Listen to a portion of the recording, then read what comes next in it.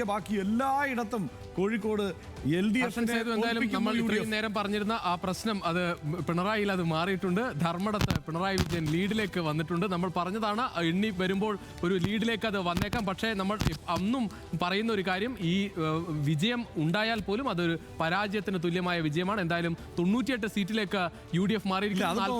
വിജയിച്ചാലും ഇനിയിപ്പോൾ പിണറായി വിജയനാണ് പ്രതിപക്ഷ നേതാവെന്ന് കരുതാനേ വയ്യ. അത് എനിക്ക് തോന്നുന്നത് ഇപ്പോൾ ഇതിൽ സീനിയേഴ്സ് ആയിട്ടുള്ളത് കടകംപള്ളി സുരേന്ദ്രനും AC മൊയ്തീനും പോലെയുള്ള വളരെ പ്രധാനപ്പെട്ട നേതാക്കൾ, മുമ്പ് സെക്രട്ടേറിയറ്റിലേക്ക് ഇരുന്നിട്ടുള്ള നേതാക്കന്മാർ, അങ്ങനെയുള്ളവർ ജയിച്ചു വരുന്നുണ്ട്. ചിലപ്പോൾ അങ്ങനെയുള്ളവരെ ഏൽപ്പിക്കാം. അതല്ലെങ്കിൽ പിന്നെ ചെറുപ്പക്കാരാണെന്ന് ഞാൻ നോക്കിയിട്ട് ഒറ്റനോട്ടം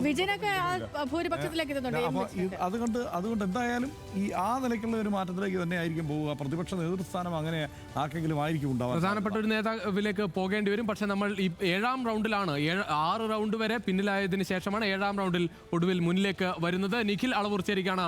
നിഖിൽ, ഒരു ഒടുവിൽ പിണറായി ലീഡിലേക്ക് വരികയാണ്. വിജയിച്ച് കയറാൻ പറ്റുമെന്ന് തന്നെ പ്രതീക്ഷിക്കുന്നുണ്ടോ? എങ്ങനെയാണ് ഇടതുപക്ഷ ക്യാമ്പിന്റെ വിലയിരുത്തൽ?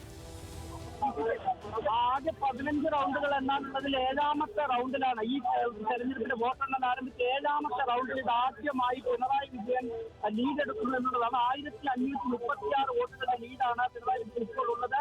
നമ്മൾ തുടർച്ചയായി കണ്ടതാണ്. കഴിഞ്ഞ എല്ലാ റൗണ്ടുകളിലും പിന്നിൽ നിൽക്കുന്ന ഒരു സാഹചര്യമാണ് ഉണ്ടായത്. ഏതായാലും ഇപ്പോൾ 1536 വോട്ടുകൾ ലീഡ് ചെയ്യുന്ന പിണറായി വിജയൻ അത് 7ാം റൗണ്ടിലാണ്. 7ാം റൗണ്ട് എന്ന് പറയുമ്പോൾ ഏകദേശം ധർമ്മടം പിണറായിപ്പെട്ട് നിരപ്പിലങ്ങാട് ധർമ്മടം പിണറായി പഞ്ചായത്തുകൾ മാത്രം ഈ ബാക്കി നിൽക്കുന്നു എന്നൊരവസ്ഥയിലേക്കാണ് പോകുന്നത്.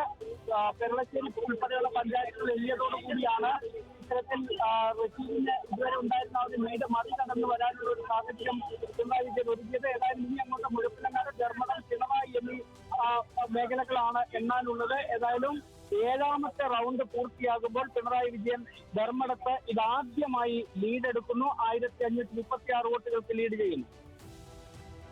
35 വോട്ടുകൾക്ക് പിണറായി വിജയൻ ധർമ്മടത്ത് ലീഡ് ചെയ്യുന്നു. നമ്മൾ ഈ പറയുന്ന പോലെ 7ാമത്തെ റൗണ്ട് വേണ്ടി വന്നു മുഖ്യമന്ത്രിക്ക്. അതും 50,000 വോട്ടിന് മുകളിലേക്ക് വിജയിച്ച് കേരളത്തിന്റെ ചരിത്രത്തിലെ 2ാമത്തെ വലിയ ഭൂരിപക്ഷം നേടിയ സ്ഥലമാണ്. അവിടെയാണ് ഇത്തരത്തിൽ 7ാം റൗണ്ട് വരെ മാത്രം 1535 വോട്ടുകൾക്ക് ലീഡ് നേടാൻ പിണറായിക്ക് വേണ്ടി വന്നത് എന്നതുകൂടിയാണ്. ആറന്മുളയിൽ അബിൻ വർക്കിയുടെ ലീഡ് വരുന്നുണ്ട് കേട്ടോ. 9480 ഉയർന്നിട്ടുണ്ട്. 10,000 കടക്കുമെന്ന് തോന്നുന്നു. ഈ ഘട്ടം ഇങ്ങനെ പോവുകയാണെങ്കിൽ അബിൻ വർക്കിയുടെ ലീഡ്. അതേപോലെ തന്നെ വർക്കലയിൽ വിജോയുടെ ലീഡ് കുറഞ്ഞു വരുന്നുണ്ട്. വർക്കല കഹാർ കയറി വരുന്നു.